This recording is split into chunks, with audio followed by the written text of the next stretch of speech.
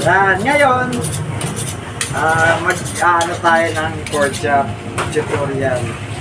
Pero bago ang lahat, hi vlog! Welcome to my guys! Ayan, fresh ngayon yung ano natin ng pork.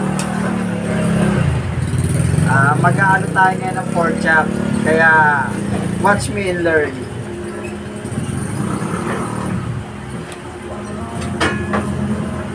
Ang target natin dito is 100 grams.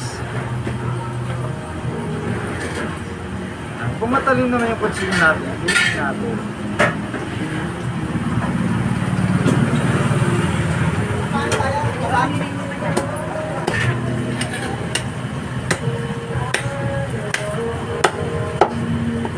Ayan guys, so tignan natin perfect 140 grams. Kailangan natin ng ganyan. Thanks for watching. Maraming salamat po and God bless sa ating lahat. Just white shirt,